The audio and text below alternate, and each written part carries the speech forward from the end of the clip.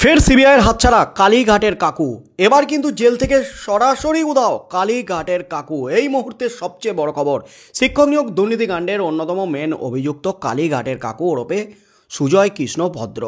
সুজয় কৃষ্ণ ভদ্র ওরফে কালীঘাটের কাকুর হাত ধরেই কিন্তু কালীঘাটের কাকুর সূত্র ধরেই নাম জড়িয়েছে অভিষেক ব্যানার্জি সংস্থা লেপস অ্যান্ড বাউন্সের এই নিয়োগ দুর্নীতিকাণ্ডে। এবং নিয়োগ দুর্নীতিকাণ্ডে একের পর এক বিস্ফোরণ ঘটেছে। লিপস অ্যান্ড বাউন্সে কীভাবে কোটি কোটি টাকার লেনদেন হয়েছে, নিয়োগ দুর্নীতির টাকা লেনদেন হয়েছে, সমস্ত কিছু ফাঁস করেছেন কালীঘাটের কাকুর সূত্র ধরেই ইডি আধিকারিকরা একাধিক ব্যক্তিকে জিজ্ঞাসাবাদ করে এবং এই লিপস অ্যান্ড বাউন্সের সাথে সম্পর্কযুক্ত বিভিন্ন সংস্থার আধিকারিকদের মালিকদের জিজ্ঞাসাবাদ করে রীতিমতো চাঞ্চল্যকর তথ্য হাতে পেয়েছে ইডি সিবিআই।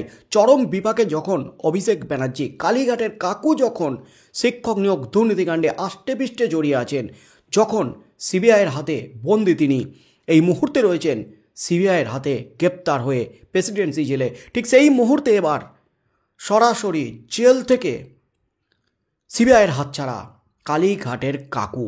কালীঘাটের কাকুকে জেল থেকে নিয়ে যাওয়া হলো সরাসরি এসএসকেএম হাসপাতালে, কারণ গুরুতর অসুস্থ কালীঘাটের কাকু জেলে জ্ঞান হারালেন, অজ্ঞান হয়ে পড়ে গেলেন, লুটিয়ে পড়লেন কালীঘাটের কাকু। কালীঘাটের কাকুকে নিয়ে রীতিমতো উত্তাল জেল, প্রেসিডেন্সি জেল, তড়িঘড়ি কালীঘাটের কাকুকে নিয়ে যাওয়া হলো এসএসকেএম হাসপাতালে। ইডি যখন কালীঘাটের কাকুর গলার স্বরের নমুনা সংগ্রহ করার জন্য বারবার চেষ্টা করছিল, ঠিক তখনই কিন্তু কালীঘাটের কাকু বারবার অসুস্থতার দোহাই দিয়ে এসএসকেএমের একেবারে আইসিইউতে ভর্তি হয়ে যাচ্ছিলেন। এমন নজিরও আছে আইসিইউতে বেড না থাকায় রাতারাতি শিশুদের বেডে গিয়ে আইসিইউতে ভর্তি হয়েছিলেন কালীঘাটের বুড়ো কাকু। অর্থাৎ বুড়ো কাকু তিনি শিশুদের বেডে গিয়ে ভর্তি হয়েছিলেন। সেই নিয়ে কিন্তু কম বিতর্ক ছড়ায়নি। এসএসকেএম হাসপাতাল কর্তৃপক্ষকে নিয়ে কিন্তু একেবারে তোলপাড় পড়ে গিয়েছিল গোটা রাজ্যে। ইডি আদালতে বারবার এসএসকেএম সুপারের বিরুদ্ধে অভিযোগ জানাচ্ছিলেন কালীঘাটের কাকুকে নিয়ে। আর এবার সিবিআই যখন কালীঘাটের কাকুর গলার স্বরের নমুনা সংগ্রহ করার জন্য তোড়জোড় শুরু করে দিয়েছে, ঠিক সেই মুহূর্তে আবারও ঘুরে গেল খেলা।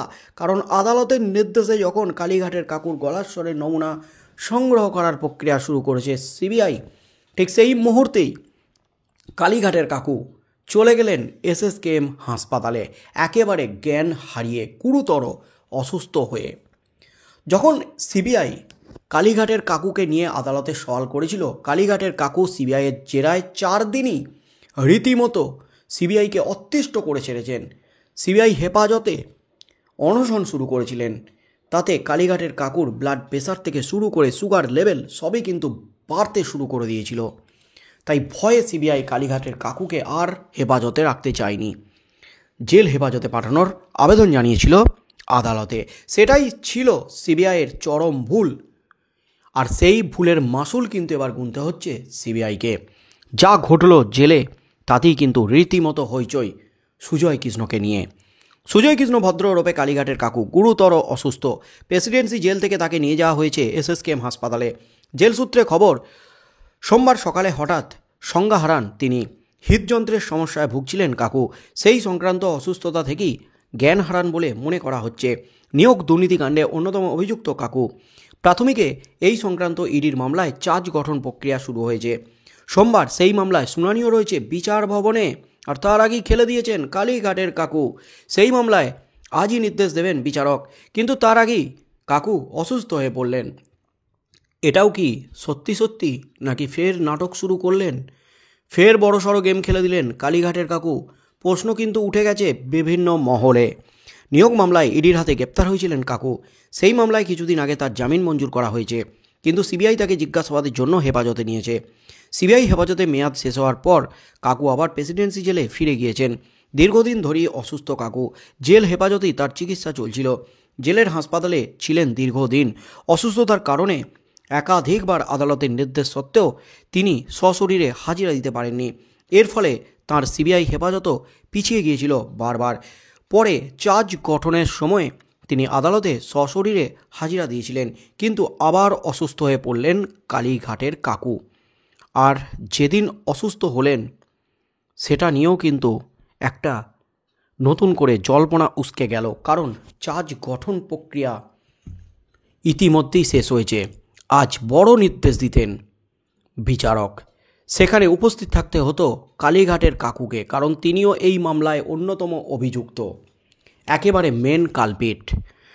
আর সেই মামলার আগেই কিন্তু কালীঘাটের কাকু সকালেই জ্ঞান হারিয়ে লুটিয়ে পড়লেন মাটিতে। তাকে তড়িঘড়ি জেল থেকে নিয়ে যাওয়া হলো আবারও এসএসকেএম হাসপাতালে। আবারও কিন্তু ফিরলেন কালীঘাটের কাকু এসএসকেএম হাসপাতালে, কারণ ইডির হাতে গ্রেপ্তার হওয়ার পর থেকে অসুস্থতার দোহাই দিয়ে দীর্ঘ মাসের পর মাস এসএসকেএম হাসপাতালে ছিলেন কালীঘাটের ভদ্র কাকু। আবারও কিন্তু সিবিআইয়ের হাতে গ্রেপ্তার হওয়ার পর ঠিক একইভাবে নিজের দাপট দেখিয়ে, নিজের প্রভাব খাটিয়ে আবারও কিন্তু এসএসকেএমই ফিরে গেলেন কালীঘাটের কাকু। কালীঘাটের কাকুর গলার স্বরে এমন কিছু লুকিয়ে আছে যাতে কিন্তু ফাঁসতে চলেছেন একাধিক প্রভাবশালী। কারণ কালীঘাটের কাকু সন্তু গঙ্গোপাধ্যায় থেকে শুরু করে শান্তনু ব্যানার্জি, তাদের মধ্যে যে অডিও রেকর্ডিং পাওয়া গেছে, যে কল রেকর্ডিংটা পাওয়া গেছে তাদের, সেখানে তাদের মধ্যে কনফারেন্সিং মাধ্যমে যে কথা হয়েছে, সেখানে টাকার লেনদেনে, টাকার রফা সংক্রান্ত একটা বিষয়ে নিয়ে কথা হচ্ছিল। আর সেই বিষয়ে কথা বলতে গিয়ে এক বিরাট বড় প্রভাবশালীর মাথার নাম করে তারা কিন্তু একেবারে এই প্রক্রিয়াটা চালিয়ে যাচ্ছিল। এই যে টাকার রফা, সেটা চালিয়ে যাচ্ছিল শুধুমাত্র সেই প্রভাবশালীর নাম করে।